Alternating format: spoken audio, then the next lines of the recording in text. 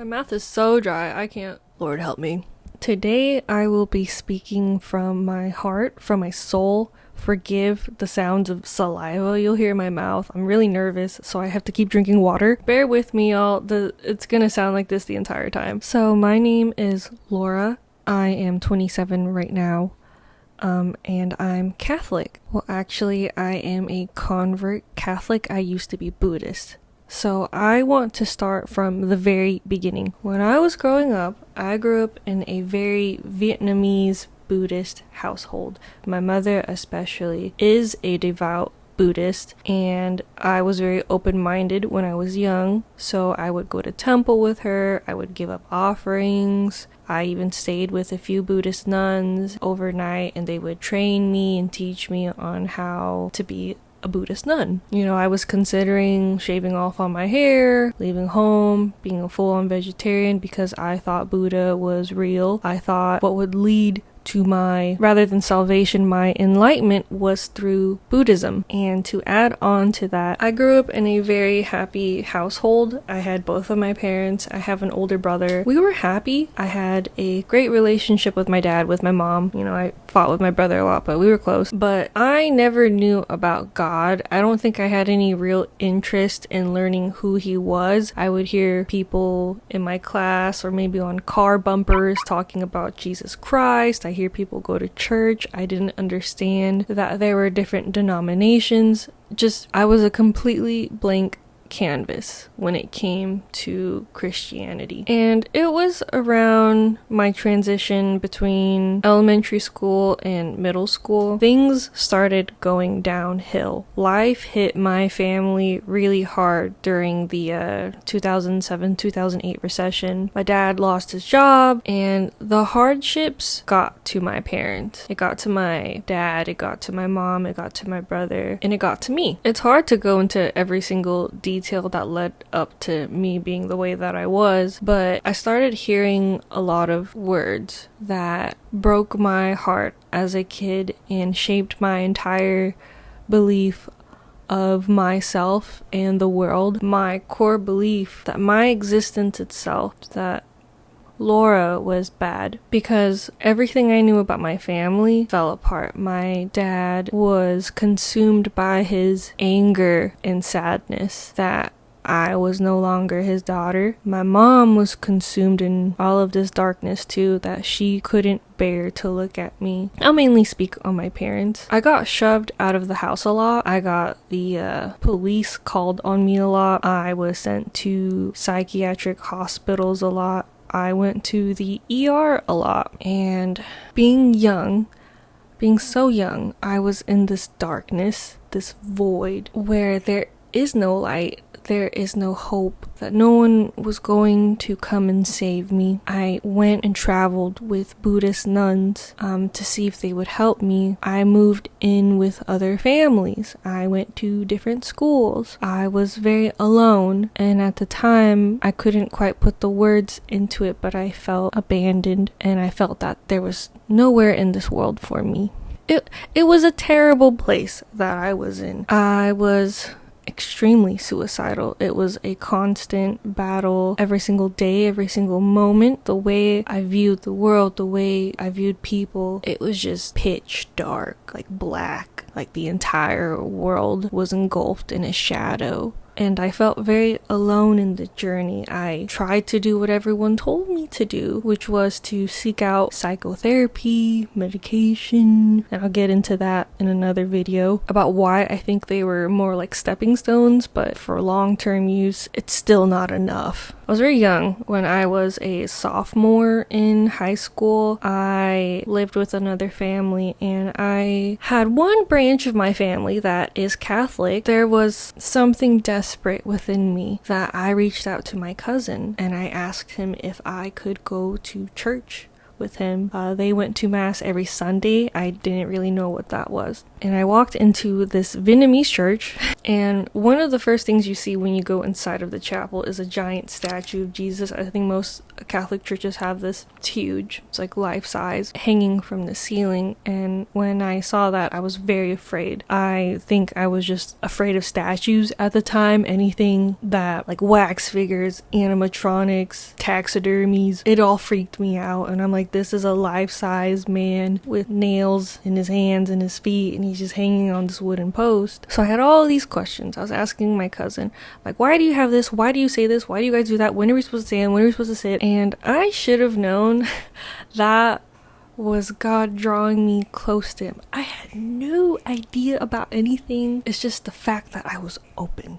Right. And my cousin, he was going through confirmation class, so I think he was also trying to figure out where his stance was with his faith too. So we were kind of like going through this together. And he told me there's this thing called adoration. They have the Eucharist out in the open in a separate chapel, and it's pretty quiet in there, and you can go and you can pray. And we were in the front pews. Is that what they're called? See, I don't even have everything together still.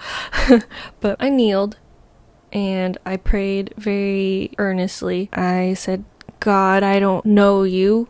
I don't know if you're real, but my family is falling apart. Help me. Something along the lines of that. And these were the obstacles that I was facing. My parents, who I looked up to, who I grew up with, who I loved, became other people and were in the middle of going through a divorce. And they come to me, their child, who was in middle school, high school, asking, hey, should we get a divorce? We want you to make the decision. I wasn't close with my brother anymore. We had a pretty bad relationship. I didn't have any friends that I could rely on, because every time I went to school, I would have some kind of panic attack, I guess you would call it. I would panic, and it hit me real hard, so that kind of a panic attack. And I would hide in the restrooms. I would try to hide from going into the classrooms, and there were some classmates who had really snarky remarks. Some people even found out I went to these psychiatric hospitals, and a lot of rumors spread about me, so it wasn't good to be seen around me. At a young age, I had very intrusive, assaulting thoughts. I was very fearful for my life, but at the same time I was fighting the urge not to take it myself. And it's a bit hazy from there, because my cousin continued to reach out to me to invite me to some events, and I was still so open. I was very desperate. I was like, Buddha isn't cutting it out. No one in this life is cutting it out for me. You're my current hope. Well, I was like, I don't know where else I would have looked, but this is where I was looking. I was like, I don't know who Jesus is. I don't know who God is. I don't know anything about churches or their tradition. Miraculously, God revealed himself to me very early. I mean, you could say like being in my teens is early, late, whatever it is, but there was an event where students in confirmation, they would gather and anyone could really come, and I was young at the time, so I blended in pretty well. They had a priest. He brought the Eucharist and he would bring it around to everyone. We were all lined up in a big circle, and he would come by one of us, just kind of, that was Jesus. And I'm being told that this circle, this bread, this wafer is the literal body of Jesus Christ. So I said, okay, I'm unfamiliar with this, but I'm in front of God, so I might as well treat it that way. Yeah, I'm not saying everyone can do this, but I did, probably through God's grace. When it was coming around to people, I saw them falling, and they have catchers where people will catch them, and I'm like, okay, this is interesting. Something's going on. I didn't really think too much of it. I know a lot of the skeptics people have of these things, but like I said, I was young, I was open, and I was desperate. But when it came to me, it was such a long time ago that I don't remember what was going on in my head. Well, whatever happened wasn't in my head. I had no control of my body. I don't remember if I felt relaxed, relieved, or all the energy that I had leaving my body. I fell. I don't remember feeling anything. I just fell. And someone caught me. It's a little blurry. I'm like, oh, I'm crying. I'm crying a lot. I'm kind of like sobbing, like, there's sounds coming out of my mouth. I was like, this is a pretty crazy experience. I can't really explain it, but I'm so into it. I'm intrigued. I'm fascinated. So I kept going to adoration. I kept going to mass whenever I did or could. There's the mystical, charismatic side of the church, which works through the Holy Spirit, that I think a lot of Catholics haven't experienced, or people in general haven't experienced. But I was seeking out God, and he revealed himself in a way, and I encountered him in a way that was very supernatural, very healing. But I was like, this is kind of cool. I didn't know you were out here like this. But even then, I wasn't ready to convert to Catholicism. I was just open. I was like, this is nice to be able to pray, but I still have my freaking issues to deal with. I was still extremely depressed. I was extremely reliant on medication. I had friends that I was involved with. I would go and sneak out. I would go smoke weed. I would almost OD on acid. I would end up in the hospital again. I would try to take my own life. It was like a crazy constant battle. And through it all, I was holding onto this new friend, which was Jesus and my cousin. The next major part of the story, I went to I guess you could call it a retreat with a Buddhist nun, and we went to Albuquerque, and we went to these mountains. We were praying these giant temples. It was super quiet, super cool, very beautiful. But it wasn't until we sat in a coffee shop and she asked me, she's like, hey, there's a real ritual that we go through to make you like a genuine Buddhist, like a real thing where you really give your life to Buddha. And as she was saying all these things, alarms were going off in my brain, like, no, this isn't where you belong, this isn't it. She's like, it's like she's sitting in front of me like this, like face to face. She's like, we can go through the whole process together, I'm gonna help you.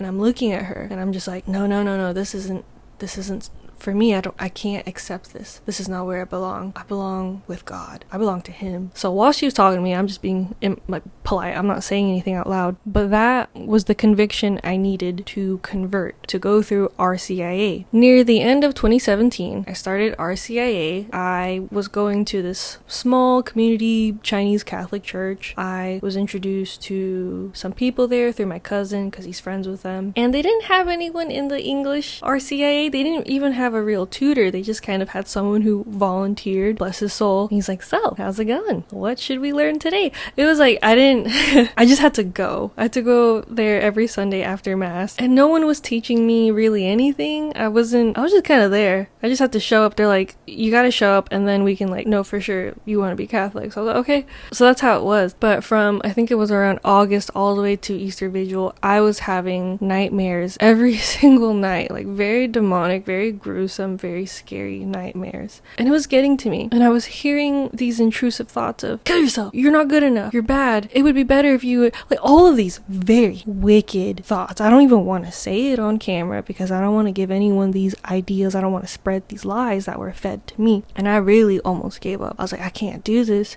It's not because I don't love Jesus. It's not because I don't love God. It's not because I don't want to be Catholic. I was like, I am being tortured and no one understands this. No one knows what's going on. What I was experiencing, no one could understand and no one could empathize with it. And I ran away from home. I had the intention once again to end my life, but as I was going through this process, I was praying intently. I was telling God, I don't want to die. I don't want to die, but it keeps feeling like something's trying to kill me. A very good person in my life who also converted actually prayed for me the day before I was supposed to be baptized for Easter Vigil and confirmed and received the Eucharist for the very first time. She's like, I hear all of the nasty things they're saying to you. And I'm like, yeah, like you don't get it. I'm being bullied right now by demons. She's like, yeah. And like God is like truly allowing you to be tested in such a way, because in the end it's like, am I gonna choose him? But anyways, I made it through. Once I got confirmed, once I got baptized, lots of tears of relief came. I was like, I made it. And I stopped having a lot of those dark thoughts. I stopped having these nightmares and I was officially Catholic. Yay! So in 2018 Easter Vigil, I became part of the Catholic Church. I can proudly say, yeah, I'm Catholic.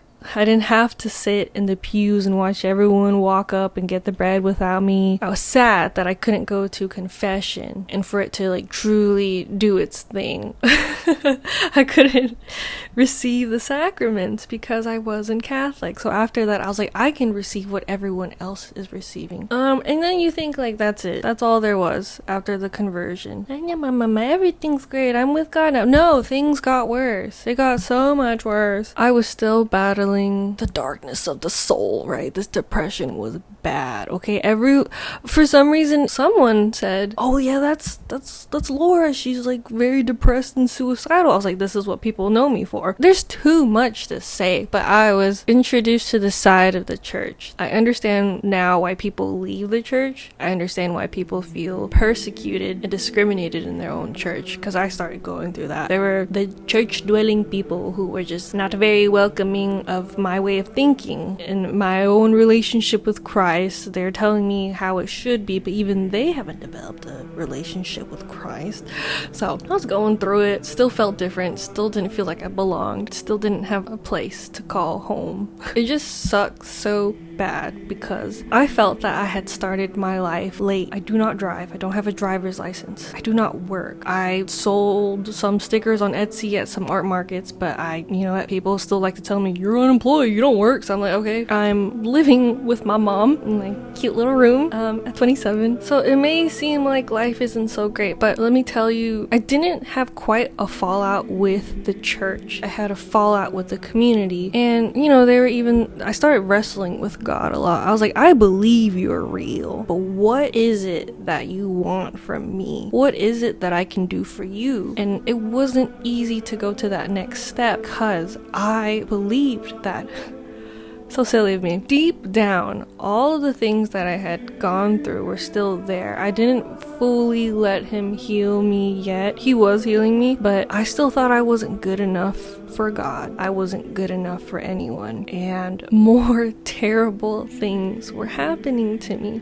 I didn't blame God for a lot of the tribulations that I went through. I kept blaming myself that I was falling, that I was failing, I was giving into temptation, I was giving into sin, I was failing God. All of these things kept happening to me, even after I started to believe in God, even after I was baptized, even after I received the Eucharist, even if I became Catholic. Life was still really hard. The relationships I had with everyone were still hard, but God made a lot of personal promises with me in prayer that I think people don't believe. I was very desperate to hear him, to know him. I've experienced what it's like for him to love me. In my own relationship with Jesus, he said a lot of things to me throughout the years, through the Holy Spirit, okay? There's so much that I cannot fit into one video. The journey that I had with the Father, like so much stuff has happened that it's like more is to come and I can't even fathom that, okay? But whoever I was, that is gone. I am made anew through Jesus Christ. I now have the conviction to speak of the good news and say very confidently that God is real, that Jesus Christ is real, that he died and rose again and has ascended into heaven and is seated at the right hand of the Father. I had to go through what I went through. I had to learn how to love God and to love myself. And I had a lot of fallouts where I was like, I don't want to pray anymore. I'm not going to Mass anymore. I'm not going to talk to Jesus anymore. I'm going to give up. I'm going to sin all I want. That has been going on since the beginning, since 2018 that I was confirmed, all the way to now. And I started watching The Chosen because of my boyfriend. I was like, I'm not really gonna watch this. It seems like another thing that isn't gonna work out. But he's like, nah, maybe this is more digestible to me because he's a non-believer. And I started watching it, and Catholics and whoever can say whatever they want about it, but Jonathan Rumi was chosen by God himself to play as Jesus. Jesus chose him to play Jesus. You can talk all that smack you want. It is what it is. And the show, I've heard a lot of testimonies. I can say for once, like, give it a go. You get to meditate on the life of Jesus Christ and his apostles, whether it's biblically accurate or not, because I know there's a lot of creative liberties that they're taking, but the main focus is that Jesus Christ was walking on this earth and that he was wonderful. So I started focusing and praying more, and